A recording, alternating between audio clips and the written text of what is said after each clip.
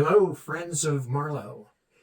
I'm Ed Ayres, and I represent a small group of independent investigators who, for the past half century, have been tracking the history of Shakespeare. We have accumulated a tremendous load of information, which we will share in good time. And today I just want to let you know that what we have found, we have never shared with the Stratfordian academics, but we're going to share a little bit of it with you today. And I want to tell you that some of it is good news for Marlowe. A few weeks ago, I told several of you that I had seen a document written by King James in 1617, affirming that he knew who Christopher Marlowe was, and that Marlowe was alive and writing in 1617. Now that really caught the attention of several people, and I was asked to consider presenting it in this video, and I am going to do so. But first, a caveat. The longtime editor of the Riverside Shakespeare, G. Blakemore Evans, said something that is critical to the pursuit of evidence, essentially that one document alone, out of the context, doesn't prove anything or rarely proves anything. So I want to provide you with some context for the King James document that I alluded to. I'm going to quote what Evans said. He wrote, "The real strength of a case rests not on any single piece of evidence, but on the quite remarkable manner in which several independent lines of approach and support reinforce one another in pointing to a single conclusion." Now that actually is the way our group has worked. And we are going to recognize that necessity of showing the whole pattern, not just the document from 1617. I'm going to list the pieces of evidence in this pattern, in this line of investigation. There will be 15 steps, and I'll number them as we progress through the history from 1602 to 1617 and a little beyond. Step 1. In 1602, the English Secret Service found out that there was a plot to assassinate James VI of Scotland. The Secret Service dispatched one of its top agents, a man named Henry Wotton, to go to Scotland and warn James of what was afoot. He did so, and as he approached the court in Scotland, he announced that he was Ottavio Baldi, an Italian with an urgent message for the king. James was intrigued, and when Baldi approached him, he whispered to the king that he was actually an Englishman speaking the king's own language and needed to have a more private conference with him.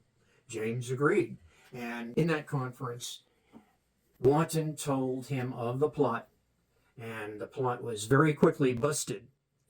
And James appreciated Wotton's very careful approach under a foreign name and invited Wotton to stay a while. Wotton stayed the whole winter, and the two of them became very good friends. Step 2.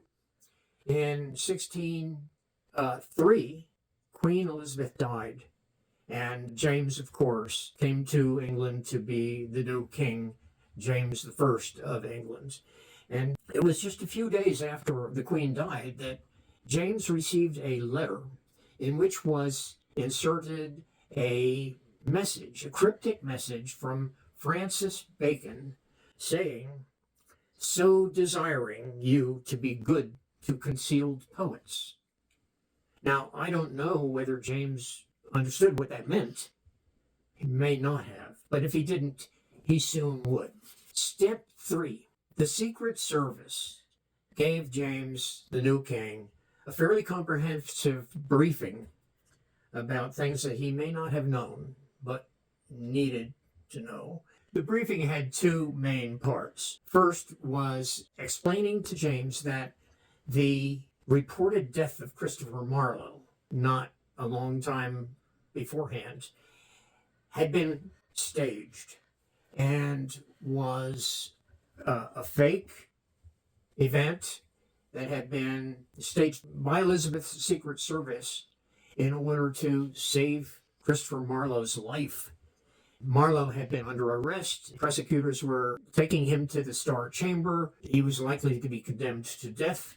And if not, the Archbishop of Canterbury, John Whitgift, was determined to have him die whether or not he was condemned. And Whitgift was going to send an assassin. Queen Elizabeth regarded Marlowe as the star of her English literary renaissance and considered him critical to the future of her country as a peer of the great Renaissance powers, France and Spain and Italy. And she urgently wanted to save Marlowe's life. And so she had her Secret Service fake the death so that the Archbishop and the Privy Council could all be assured no need for an execution or an assassination because Marlowe is already dead. You don't need to pursue him. And that was what the briefing entailed. And a few months later, step 4, King James and Henry Wotton met again. And this time, the king was very pleased to see his friend, and I'm going to read you exactly what one of the contemporaries of Wotton and James said happened. The king took him in his arms and bade him welcome by the name Ottavio Baldi, saying he was the most honest and therefore the best dissembler that ever he met with, unquote. And in this context, we have to understand that a dissembler was a compliment, not something bad, because people in those days, people in power in those days, whether they be ambassadors or intelligence agents or other powerful politicians and so on, would need ways of protecting secrets, and that often involved dissembling, preparing false identities or false stories to cover the truth that needed to be protected, as in the case of the Secret Service protecting Christopher Marlowe in exile. So James recognized that Wotton had an extraordinary personal capability to do the kinds of things, to assume the kinds of acts and so on that a good ambassador would need. So he offered to make Wotton his ambassador to Spain or France. Would you like to be my ambassador? And Wotton, who was an aficionado of the Renaissance and a great lover of literature and architecture, said he would prefer to be the ambassador to Venice. Venice at that time was about as large as London, and it was much closer to the center of the European Renaissance in Italy. James agreed, and he made Wotton the ambassador to Venice. Step 5.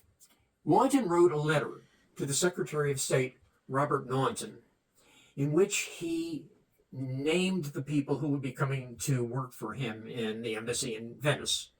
And it was about 8 or 10 names of people who would be working either as diplomatic people or as intelligence people. There were those two sides of the embassy, in every embassy in those days.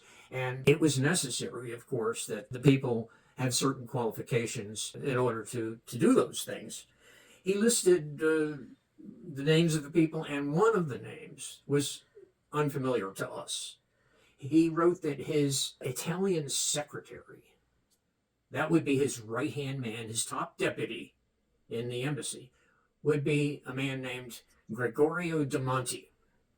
Now, we had done in our group an extensive amount of reading about Jacobean history and who was doing what in England and in Europe, and we had never seen that name before. So we assumed that it was very likely a cover name for Christopher Marlowe. And that was, of course, reinforced by the fact that the Secret Service had been briefed about how Christopher Marlowe was alive and was out there somewhere in Europe. So it would make sense, of course, that this was the cover name for Christopher Marlowe. Step 6, another reason that we thought this would probably, almost certainly be Marlowe under that cover name, Gregorio da Monte, was that Henry Wotton had said that an Englishman traveling or working in Europe should use a foreigner's name as cover for his own protection and for the protection of the information he might have. And Wotton and Marlowe had worked together previously in the Secret Service in missions both before and after 1593. And so he had good reason to expect that Marlowe was familiar with that requirement. Step 7, another reinforcement of this inference we had made that Gregorio da Monte was Marlowe was our study of just what the requirements would be for anyone working with Wotton in the embassy, because those requirements were quite special. And one of them was, of course, that whether it was an intelligence officer or a diplomatic officer, he had to be an English citizen. Consider that if a diplomatic officer tried to do some negotiation with another country and he didn't represent England, wasn't an English citizen, he would have no credibility. So anyone who worked for Wotton in the embassy had to be an English citizen. He also had to have fluency and literacy in multiple European languages. And third, he had to be familiar with the protection of secrets, whether it was in diplomacy or in the spycraft. And fourth, of course, we know, because of what Wotton had written, he had to be willing to assume a foreigner's name if that was needed. Well, we realized when we went down the list of requirements that that perfectly fit the personal profile of Christopher Marlowe. Marlowe was a citizen, an English citizen, born in Canterbury. He was fluent in multiple European languages and pretty good in English, too. And, of course, he was experienced in Secret Service work because he'd been a spy by now for 20 years, since the age of 18. He's now 28. Then, step 8 becomes the really big one. We discovered that a play had been published in Venice in 1610. Now we're 6 years later, 6 years after James has become king. And a play is published in Venice. The name of the play is L'Ippolito. It's an Italian play, and the author of the play is Gregorio da Monte, a playwright named Gregorio da Monte. Well, we knew that Marlowe, of course, was a playwright, and this pretty much clinched our understanding that Gregorio da Monte was Marlowe. There was, however, one small uncertainty. It would be disappointing if we were to learn that the author of this play was some other Gregorio da Monte living somewhere else in Italy. If this was the real thing, he had to be, the author of this play, had to be in Venice in the embassy of Henry Wotton. Well, it didn't take long to find out what was going on there. Step 9. We found out that the man Guarini, Battista Guarini was his name, had been sent by the Duke of Ferrara, a small duchy in Italy, to join Henry Wotton's European intelligence network. And it was because Ferrara was worried about the attempt of the Pope to subject all of Italy to Catholic rule. He didn't like that, and he was an ally of England in this respect. So Guarini was in the embassy. So this confirmed that the man, Battista Guarini, was actually working in the same place Marlowe was, and that meant that the author of L'Ippolito was Marlowe. Step 10, we found that Battista Guarini was actually a very famous playwright, and had published a play called Il Pastor Fido, which the Taylor Institution Library at Oxford University told us had been published in more than 440 different editions over the past 400 years. Wow. He was a big-time playwright. And we suddenly had a kind of a revelation that we might have stumbled on one of the most serendipitous coincidences in literary history. That one of the most famous playwrights in Italy and the most formerly famous playwright in England had been thrown together in the same place where they could talk with each other and possibly do some collegial work together. That would explain why they each dedicated a play to the other. They must have been pretty good friends. Step 11. My older brother, Robert, decided to get a translation made of the play L'Ippolito. And he did. It took a while, but when it was done, he asked me to read it. I read it and found myself quite entranced to realize that I was reading a classic Shakespeare comedy. And I could talk for an hour about this play. It's an amazing story, but it was a play clearly written by Marlowe. And one of the most interesting groups of evidence is that it contained at least 10 parallelisms, like the ones Calvin Hoffman had found in Shakespeare, echoing work that had been done originally by Marlowe. In this case, the parallelisms in Hippolytus, which is the English name of the play, were echoes of work in 10 different Shakespeare plays. And I'll just give you one example. From Romeo and Juliet, Romeo says, "Oh, I'm fate's toy." And from Hippolytus, the title character Hippolytus says, "What a plaything of the fates I have become." Step 12. We jump now to 1616, and in Italy there is trouble afoot. A plot has been discovered by the Secret Service to attack the city of Venice, destroy the city, blow up the arsenal, and open the way for Spanish forces from Naples to move to the Northern Territory. I don't know if Christopher Marlowe was the one who discovered this, but I do know that he came up with a plan for beating it through deception. And his plan was for him to be a pirate who was the head of a large army of French mercenaries. And he would do the destruction of the city for the Duke of Osuna, the man who was planning this attack, in exchange for some gold, of course. And Marlowe de Monte took this plan to the Doge of Venice, head guy in Venice, and described his plan. Well, the Doge, a man named Giovanni Bembo, was not impressed with de Monte's plan. He thought that de Monte was an Italian. That's how good de Monte was with his Italian. And he thought that de Monte wouldn't have the authority to do a big operation like this for England.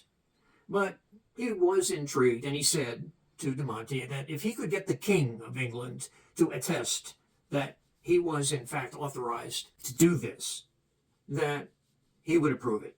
So de Monte took his request to Wotton, who sent the request to James, and interestingly, James replied right away by preparing a patent, which is a royal declaration of the identity of someone.